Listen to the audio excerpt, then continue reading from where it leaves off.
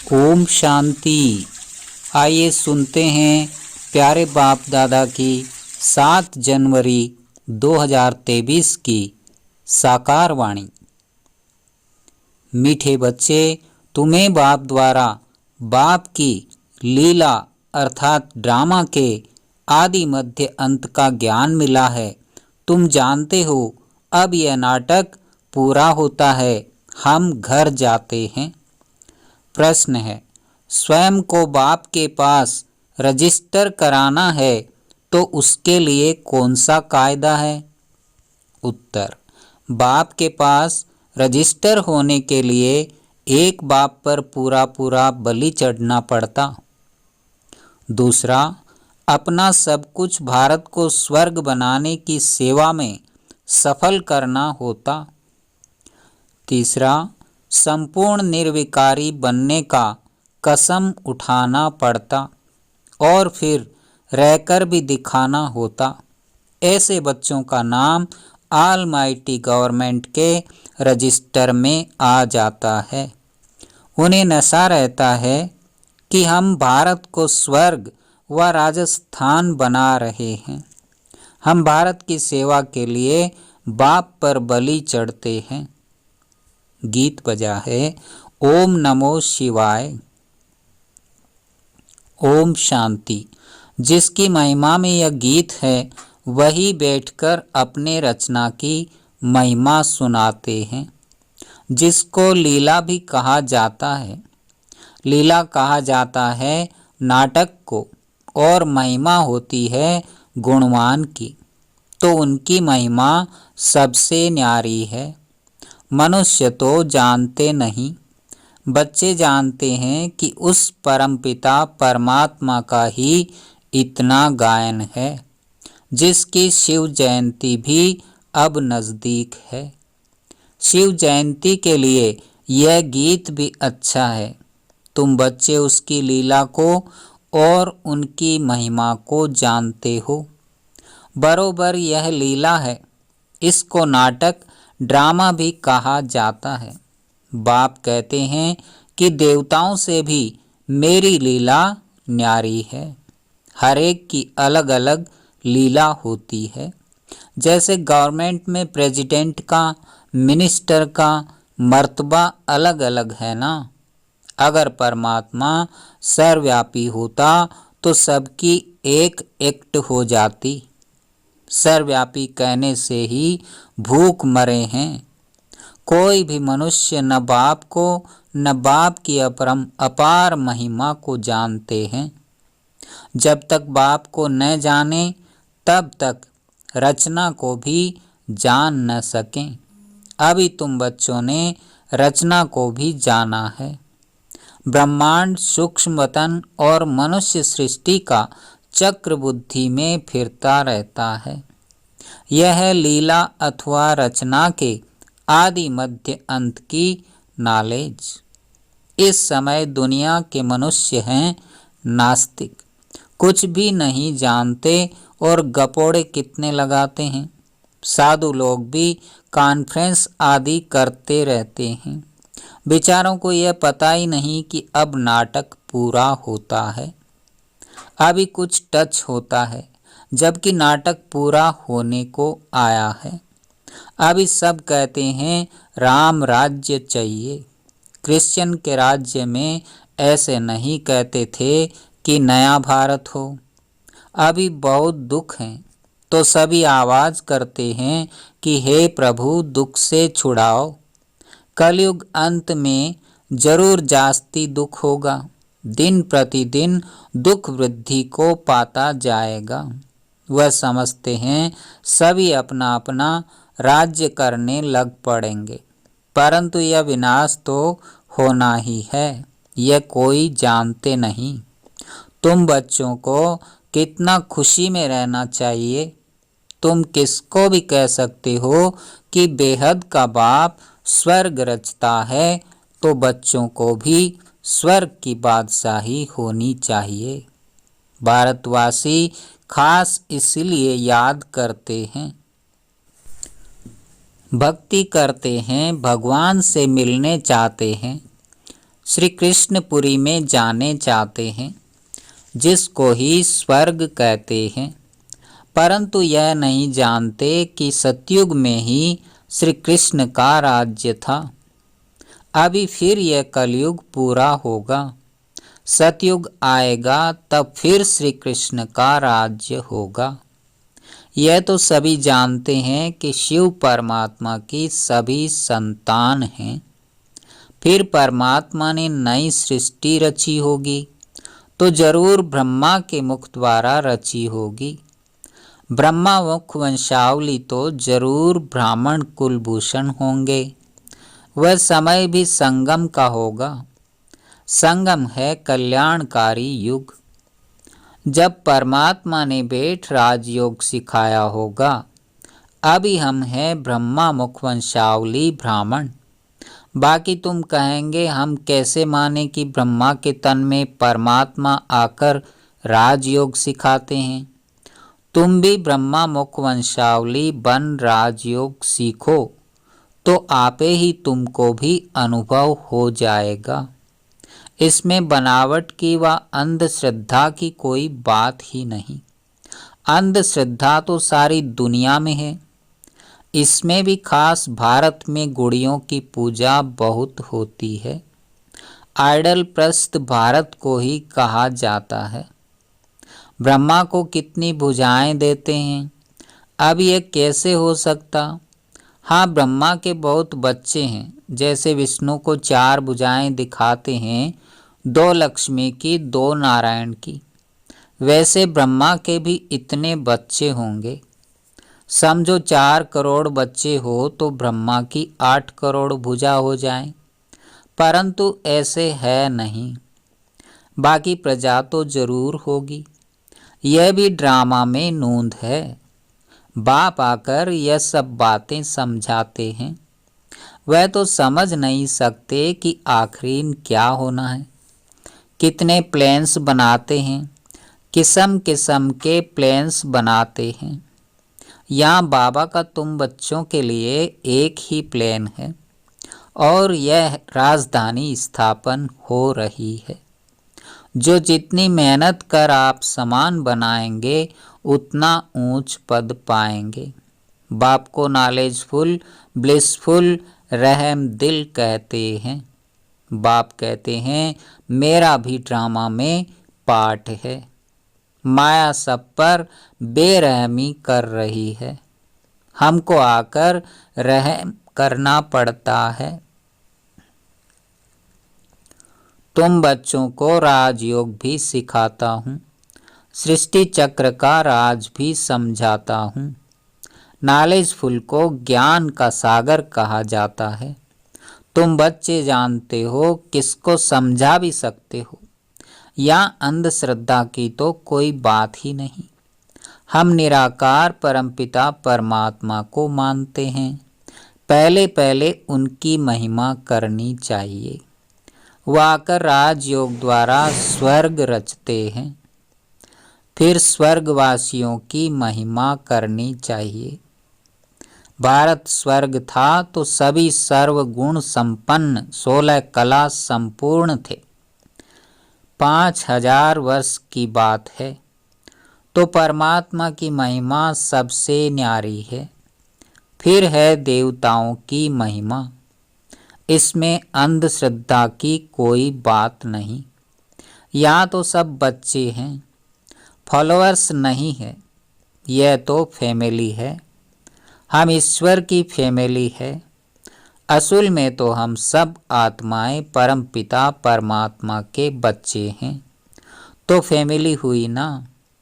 वह निराकार फिर साकार में आते हैं। इस समय यह वंडरफुल फैमिली है। इसमें संशय की बात ही नहीं। शिव की सभी संतान हैं। प्रजापिता ब्रह्मा की संतान भी गाए हुए हैं। हम ब्रह्मा कुमार कुमारियां हैं। नई सृष्टि की स्थापना हो रही है। पुरानी सृष्टि सामने है। पहले तो बाप की पहचान देनी है। ब्रह्मावंशी बनने बगैर बाप का वर्षा मिल न सके। ब्रह्मा के पास यह ज्ञान नहीं है। ज्ञान सागर शिव बाबा है, उनसे ही हम वर्षा पाते हैं। हम हैं मुख्य वंशावली, सभी राजयोग सीख रहे हैं। हम सबको पढ़ाने वाला शिव बाबा है, जो इस ब्रह्मा तन में आकर पढ़ाते हैं।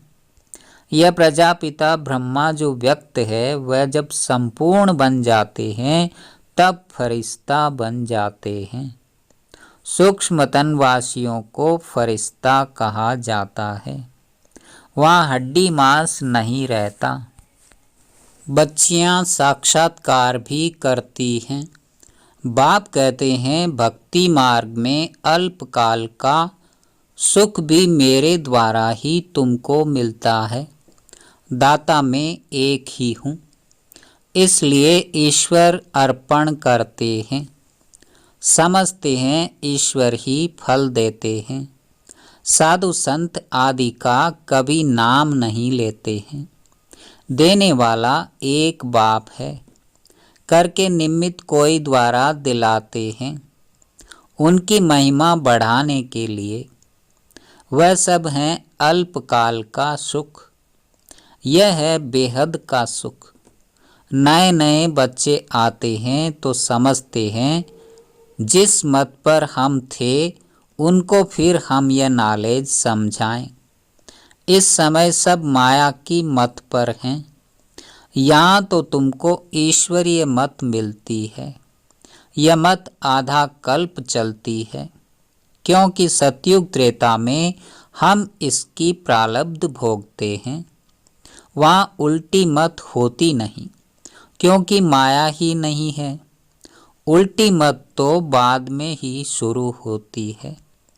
अब बाबा हमको आप समान त्रिकालदर्शी त्रिलोकी नाथ बनाते हैं। ब्रह्मांड का मालिक भी बनते हैं, फिर सृष्टि के मालिक भी हम बनते हैं। बाप ने बच्चों की महिमा अपने से भी ऊंच की है। सारी सृष्टि में ऐसा बाप कभी देखा जो बच्चों के ऊपर इतनी मेहनत करे और अपने से भी तीखा बनाए। कहते हैं तुम बच्चों को विश्व की बादशाही देता हूँ, मैं नहीं भोगता। बाकी दिव्य दृष्टि की चाबी मैं अपने हाथ में रखता हूँ। भक्ति मार्ग में भी मुझे काम में आती है।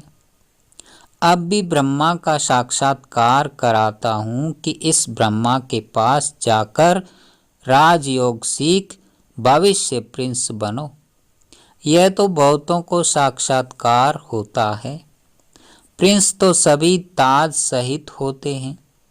बाकी बच्चों को यह पता नहीं पड़ता कि सूर्यवंशी प्रिंस का साक्षात्कार हुआ व चंद्रवंशी प्रिंस का।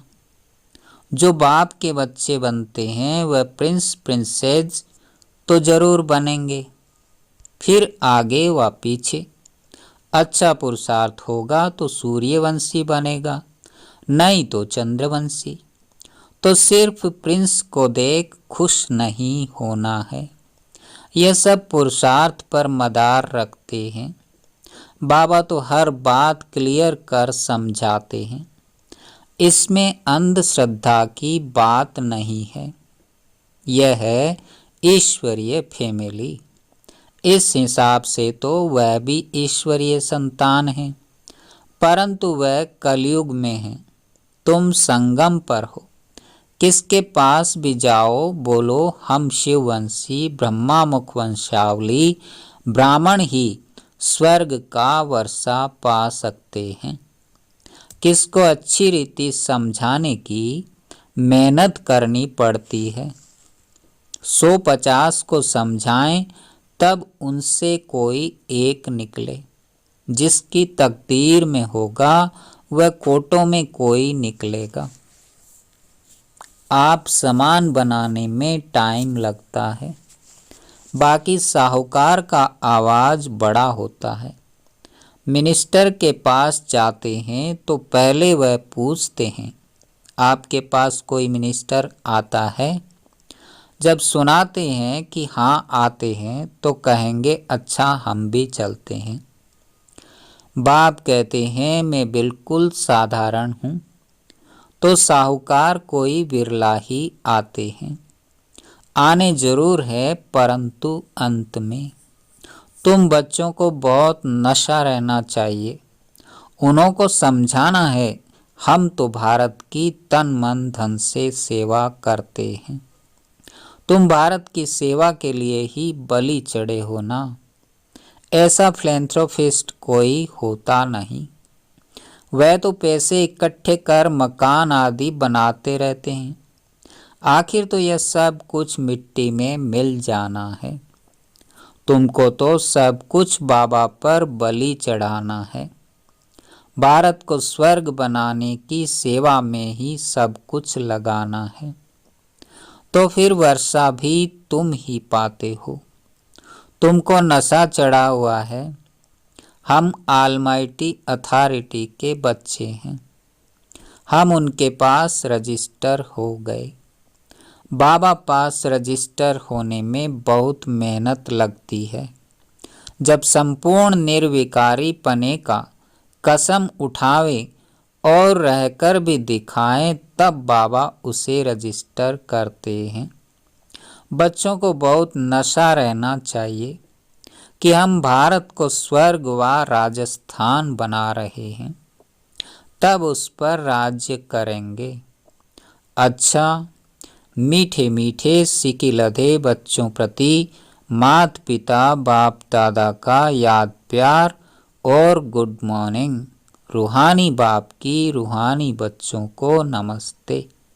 हम रूहानी बच्चों की रूहानी बाप दादा को याद प्यार गुड मॉर्निंग और नमस्ते। धारणा के लिए मुख्य सार।